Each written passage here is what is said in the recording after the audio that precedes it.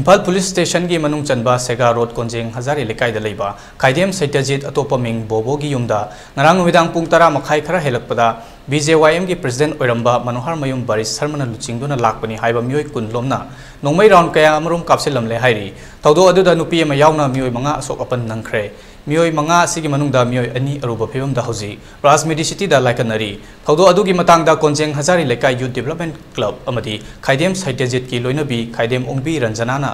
फोंदोरकपगी मतुंगिना थौदो असी बारिसना महाकी कांगबुगा लोइनाना लेकाई असिदा नुमित खरनिगी ममांगदा लागलगा खाइदेम सैत्यजित बोबो अपोकपा KH मोमोन कौबा मियोय अमगी युमदा लागलगा बोबो उनगे हाइना फोंदोकलंबनी बोबोना महाकी फेसबुक अकाउंट थागतपा पोस्ट अमगी मतांगदा वरी सानसी हाइना लाखिबनी नुमित अदुदा वरी सानरगा हनख्रबा मतुंग ngarang asi baris amadi mahaki kangbuna gari macha ani amadi gari asoba marida मियोय कुनलोम लाकलगा बोबोगी युमगी गेट नमखाइरगा चंगलक्तुना बोबोबो फारगा पुनबो होनखि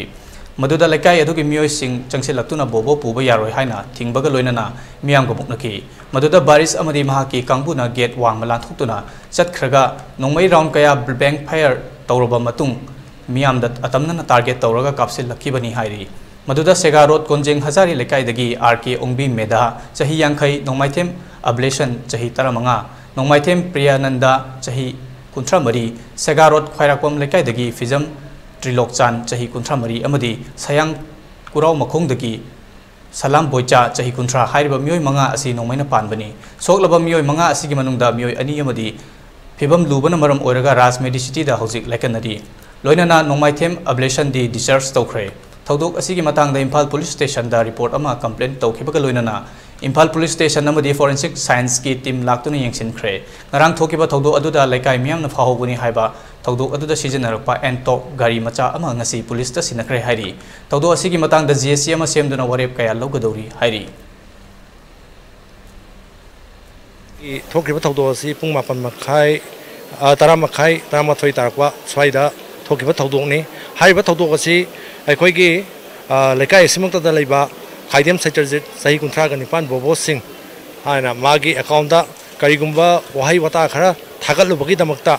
हाइबा पोस्ट अदो नंग लाली हाइना सेंगदो हाइबना सिंगबा खरा इनबा खरा यावखरे हाइना ममांगदा सेंगदो हाइबगी लामी हाइबा अदो मिंगोइन पंजरबदा अखोइगी बारिस BJYM की अखोइगी प्रेसिडेंट की फम बाइबिरंबा मसामक लागा सेंगदो हाइबगी करीगुंबा खरा थोखरेना मागी नुपीना हाइबदा तुमाइना हाइबिरई मखा ताबदा ngarang si pung 10 ga makhai 13 की तारक की लोना बसिदा गाड़ी अहुम मरी सिदा मिसे लागा थोंग थिलगा हजकी हाइबा खाइदेम सैत्यजित बोबो सि पुनब होनबदा पुबा यारोय नत्रगा हायेंग अखोय हाइबा एक्सक्यूज खोय बोबो हाइबा सि पुथोगा खोय लाले हाइजा लगे हाइबा फावबदा मान पुनब होनरपदा अखोय की लेकाई की सिनाउ सिंग अमदी मैरा पाइबी की इमा इतै मसिंगा इनाबगी तंजा सिदा मखोयना मखतगी नोंमै लौथोगा मखोयना पाइबा नोंमै अदुना ब्लैंक फाया तरो मतुंगदा खोंगी जगा मखागी जगा सिदा लेपिबा मयामदो कापसलकदा मखोय मियोय मंगा सोए सेमगी लैरिबा जगा सिदगी मीटर दोंथों मतमदा 1000 मीटर फादबा जगा सिदा दादागिरी की थवोंगदा युमदागी मी सिंथोगा नोंमैना कापा खोरपा फुबा सैबना तौबा चिंग लेबसी लैंगांगना मरुयना पाइबा सरकार सिना अथु मतमदा यंगसिनबिदुना हाइबे एक्सक्यूजिंग असिबु फाबिनबई दमक्ता अखोयगी लैकाईगी माइकैदगी बहुत संजरगा आइन फोंदोक्सरी सीरियस ओइना सोइबसी मेधा RK मेधागा अदुगा कैनोगा प्रियानंद्रगा मोय अनिसी हजिक सरू कायरे ऑपरेशन तौनी मरु मनुंगदा लैरी हाइबना सिंग हजिक डॉक्टर हॉस्पिटल दा सनगिबा यावरी अदो हजिक अखोय अथु मतमदा हजिक मयाम पुनबिरिबसी अखोय अथु मतमदा JC मा सेमगा अखोय JC दुना करी वरेप लौरकदगे हाइबदो लौर मतुंगदा आई मखा ताबा पौदम मदु प्रेस की थोंदा थमजरके की बारिसे नोंनिनी ngarang थोक्तुइबा थौदोसिगी ममांगदा लाआमेबको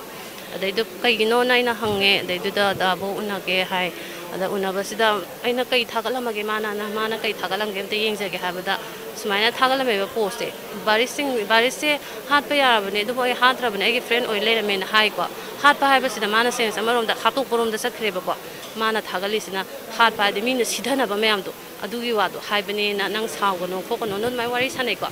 अदगी नंग नुआइते अदु सेंगतो खोलोन हाइबा माना ꯑꯗꯩꯗ ꯍꯣꯏ ꯅꯪ ꯅꯨꯡꯉꯥꯏꯇ꯭ꯔꯒꯕꯨꯗꯤ ꯑꯩꯅꯕꯨꯗꯤ ꯆꯨꯝꯅ ꯁꯨꯝ ꯍꯥꯏꯕꯅꯤ ꯃꯤ ꯃꯌꯥꯝꯅ ꯄꯪꯁꯤ ꯁꯤꯗꯕꯗꯨꯗ ꯍꯥꯠꯄ ꯍꯥꯏꯗꯤ ꯑꯗꯨꯒꯤ ꯍꯥꯠꯇꯣ ꯁꯤꯗꯕꯔꯣꯝꯗ ꯍꯥꯏꯕꯅꯤ ꯅꯪ ꯍꯥꯠꯇꯣꯛꯀꯦꯅ ꯍꯥꯏꯕꯗꯤ ꯅꯠꯇꯦ ꯑꯗꯣ ꯅꯪ ꯅꯨꯡꯉꯥꯏꯇ꯭ꯔꯕꯅ ꯑꯩ ꯁꯦꯡꯇꯣꯛꯒꯦꯅ ꯃꯥꯁꯦ ꯄꯣꯁꯁꯦ ꯑꯃꯨꯛ ꯊꯥꯒꯠꯂꯦꯕꯀꯣ ꯑꯩꯅ ꯁꯤ ꯍꯥꯏꯈꯤꯕꯁꯦ ꯑꯩ ꯂꯥꯟꯈ꯭ꯔꯦ ꯈꯣꯠꯈ꯭ꯔꯦꯅ ꯑꯃꯨꯛ ꯊꯥꯒꯠꯄꯅꯦꯕ ꯃꯥꯁꯦ ꯑꯗꯩ ꯊꯥꯒꯠꯄꯁꯤꯗ ꯃꯤ ꯃꯌꯥꯝꯁꯤꯅ ꯑꯃꯨꯛ ꯀꯃꯦꯟꯁꯤꯗ ꯑꯃꯨꯛ ꯏꯟꯊꯤ ꯅꯨꯡꯉꯥꯏꯅ ꯑꯝꯇ ꯊꯥꯔꯛꯇꯕꯗꯣ ꯀꯩꯗꯧꯕꯩ ꯁꯦꯡꯇꯣꯛꯏꯅꯣ ꯈꯣꯠꯂꯤꯅꯣ ꯑꯁ ꯄꯋꯥꯔ ꯌꯥꯝ ꯂꯩꯕꯅꯦ ꯈꯣꯠꯄꯅꯦ ꯀꯩꯅꯣ ꯃꯌꯥꯝ ꯑꯃ ꯃꯤꯅ ꯉꯥꯡꯅꯕ ꯍꯥꯏꯗꯨ ꯑꯗꯨꯝ ꯉꯥꯡꯅꯔꯦꯗꯅ ꯑꯗꯩꯗꯤ ꯃꯥꯁꯦ ꯃꯀꯣꯛꯁꯦ ꯑꯃꯨꯛ ꯑꯩꯁꯦ ꯂꯥꯟꯁꯨ ꯂꯥꯟꯗꯅ ꯑꯩꯁꯦ ꯀꯩꯗꯧꯕꯒꯤ ꯑꯃꯨꯛ ꯑꯩꯁꯤꯅ ꯑꯃꯨꯛ ꯁꯦꯡꯇꯣꯛꯎꯔꯤꯅꯣ ꯁꯤꯗ ꯃꯥꯏ ꯃꯀꯣꯛꯁꯦ ꯂꯩꯈꯠꯈ꯭ꯔꯦꯕꯀꯣ ꯑꯗꯨꯃꯥꯏꯅ ꯂꯩꯔꯦ ꯑꯗꯒꯤ ꯉꯔꯥꯡꯁꯦ ꯑꯗꯨ ꯂꯣꯏꯅꯈ꯭ꯔꯦꯀꯣ ꯉꯔꯥꯡꯒꯤ ꯊꯧꯗꯣꯛꯁꯤꯅ ꯑꯃꯨꯛ ꯑꯩꯈꯣꯏꯒꯤ ꯒꯦꯠꯁꯦ ꯗꯣꯡ ꯊꯤꯜꯂꯛꯑꯦꯕ ꯒꯦꯠ ꯊꯤꯜꯂꯛꯑꯦ ꯑꯗꯣ ꯒꯦꯠꯁꯦ ꯐꯖꯅ ꯂꯣꯜꯂꯝꯗꯕꯒꯤ ꯃꯣꯏꯁꯦ ꯅꯝꯃ ꯑꯗꯨꯝ ꯆꯪꯉꯛꯑ ꯃꯥꯜꯂꯦ ꯑꯗꯨꯒ ꯑꯩꯈꯣꯏꯒꯤ ꯊꯣꯡꯖꯤꯟ ꯃꯌꯥꯁꯤꯗ ꯃꯣꯏ ꯃꯌꯥꯝꯁꯦ ꯂꯦꯞꯄ ꯂꯩꯔꯝꯃꯦ ꯑꯩꯁꯨ ꯗꯥꯕꯣꯒꯤ ꯃꯇꯨꯡ ꯏꯟꯅꯔꯒ ꯑꯩꯈꯣꯏꯁꯦ ꯊꯣꯛꯑꯦ ꯊꯣꯛꯄꯁꯤꯗ ꯑꯩꯁꯦ ꯊꯣꯛꯄꯁꯤꯗ ꯗꯥꯕꯣꯁꯦ ꯃꯃꯥꯏ ꯃꯃꯤꯠ ꯈꯨꯝꯕ ꯅꯨꯄꯥ ꯑꯃ ꯌꯥꯎꯋꯦꯕꯀꯣ ꯑꯗꯨꯒ ꯃꯣꯏ ꯐꯅꯌꯥꯝ ꯌꯥꯝꯃꯦꯕ ꯑꯩꯈꯣꯏꯒꯤ ꯊꯣꯡꯖꯤꯟ ꯃꯌꯥꯁꯦ ꯂꯩꯔꯝꯃꯦ ꯑꯗꯨꯒ ꯗꯥꯕꯣꯁꯤꯃꯛ ꯃꯥꯒꯤ ꯁꯥꯏꯋꯥꯁꯦ ꯄꯥꯏꯔꯒ ꯃꯥꯁꯦ ꯆꯤꯡꯉ ꯄꯨꯈꯤꯒꯦ ꯇꯧꯋꯦꯕꯀꯣ ꯑꯗꯩꯗꯨꯗ ꯑꯩꯅ ꯄꯨꯈꯤꯅꯣ ꯀꯩꯒꯤꯅꯣ ꯑꯝꯇ ꯐꯖꯅ ꯋꯥꯔꯤ ꯁꯥꯟꯅꯁꯦꯅ ꯍꯥꯏꯔꯒ ꯑꯩꯁꯦ ꯑꯗꯨꯃꯥꯏꯅ ꯍꯥꯏꯔꯦ ꯑꯩꯒꯤ ꯅꯨꯄꯥꯁꯤꯅ ꯑꯃꯨꯛ ꯊꯣꯡ ꯃꯅꯨꯡꯗ ꯏꯟꯖꯟꯅꯕ ꯍꯣꯠꯅꯔꯦ ꯑꯗꯒꯤ ꯃꯤ ꯃꯌꯥꯝꯗꯣ ꯑꯃꯨꯛ ꯏꯟꯊꯣꯛꯅꯕ ꯍꯣꯠꯅꯔꯦ ꯑꯩꯁꯤꯒ ꯑꯗꯨꯃꯥꯏꯅ ꯃꯨꯛꯅꯔꯦꯀꯣ ꯑꯗꯩ ꯃꯨꯛꯅꯕꯗꯒꯤ ꯑꯩꯅ ꯑꯗꯨꯃꯥꯏꯅ ꯇꯧꯅꯕꯗꯣ ꯃꯌꯥꯝ ꯇꯥꯟꯅꯕꯗꯒꯤ ꯑꯗꯨꯝ ꯃꯌꯥꯝꯁꯦ ꯂꯩꯀꯥꯏ ꯃꯌꯥꯝ ꯃꯤ ꯈꯔ ꯑꯗꯨꯝ ꯆꯪꯕꯤꯔꯛꯑꯦ ꯑꯗꯒꯤ ꯏꯅꯥꯎꯅꯨꯄꯥ ꯂꯩꯀꯥꯏꯒꯤ ꯏꯅꯥꯎꯄꯥ ꯑꯅꯤꯁꯨ ꯈꯥꯝꯇꯣꯛ ꯈꯣꯠꯇꯣꯛꯄ ꯏꯟꯊꯣꯛꯅꯕ ꯌꯥꯎꯕꯗꯨꯗ ꯑꯅꯤꯗꯨꯁꯨ ꯐꯨꯕꯤꯔꯝꯃꯦ ꯃꯣꯏ ꯂꯥꯛꯏꯗꯨꯅ ꯅꯝꯁꯤꯟꯕꯤꯔꯒ ꯑꯗꯒꯤ ꯃꯣꯏꯁꯦ ꯑꯗꯩ ꯅꯨꯄꯤ ꯐꯅꯌꯥꯝꯅ ꯀꯥꯞꯄꯦ ꯅꯣꯡꯃꯩ ꯃꯁꯤꯡꯗꯨꯗꯤ ꯍꯥꯏꯕ ꯉꯝꯗ꯭ꯔꯦ ꯌꯥꯝꯗꯤ ꯌꯥꯝꯃꯦ ꯃꯣꯏꯅ ꯀꯥꯞꯄꯤꯗꯣ ꯑꯗꯨꯃꯥꯏꯅ ꯇꯧꯔꯦ ꯑꯗꯒꯤ ꯅꯣꯏꯅ ꯁꯨꯃꯥꯏꯅ ꯇꯧꯔꯤꯁꯦ ꯈꯥꯝꯇꯣꯛꯄ ꯃꯤꯗꯨꯕꯨꯛꯇ ꯁꯨꯃꯥꯏꯅ ꯑꯣꯟꯁꯜꯂꯛꯑꯗꯤ ꯅꯣꯏ ꯌꯥꯝ ꯂꯥꯜꯂꯤꯗꯅ ꯍꯥꯏꯕꯗꯒꯤ ꯃꯣꯏꯁꯦ ꯈꯔ ꯊꯣꯛꯈꯤꯕꯗ ꯒꯦꯠ ꯌꯧꯈ꯭ꯔꯦꯕꯀꯣ ꯒꯦꯠ ꯌꯧꯈꯤꯕꯗꯒꯤꯗꯤ ꯃꯌꯥꯝꯁꯦ ꯋꯥꯔꯤ ꯁꯥꯟꯅꯈꯤꯕꯗ ꯑꯩꯁꯦ ꯊꯣꯛꯇ꯭ꯔꯦꯕ ꯒꯦꯠ ꯃꯅꯨꯡꯗ ꯑꯗꯨꯝ ꯂꯩꯔꯦꯕ ꯑꯩꯗꯤ ꯑꯗꯨꯅ ꯑꯩ ꯒꯦꯠꯀꯤ ꯋꯥꯡꯃꯗꯒꯤꯗꯤ ꯑꯩ ꯀꯔꯤꯝ ꯈꯪꯗ꯭ꯔꯦ ꯑꯗꯨꯒꯤ ꯃꯇꯨꯡꯗ ꯅꯣꯡꯃꯩ ꯐꯅꯌꯥꯝ ꯀꯥꯞꯄ ꯃꯈꯣꯟ ꯇꯥꯔꯛꯑꯦ ꯑꯗꯨꯅꯤ ꯃꯤ ꯌꯥꯝ ꯁꯣꯛꯄ ꯌꯥꯎꯅꯔꯝꯃꯤ ꯁꯤꯅꯤ ꯏꯅꯥꯎꯅꯨꯄꯥꯁꯦ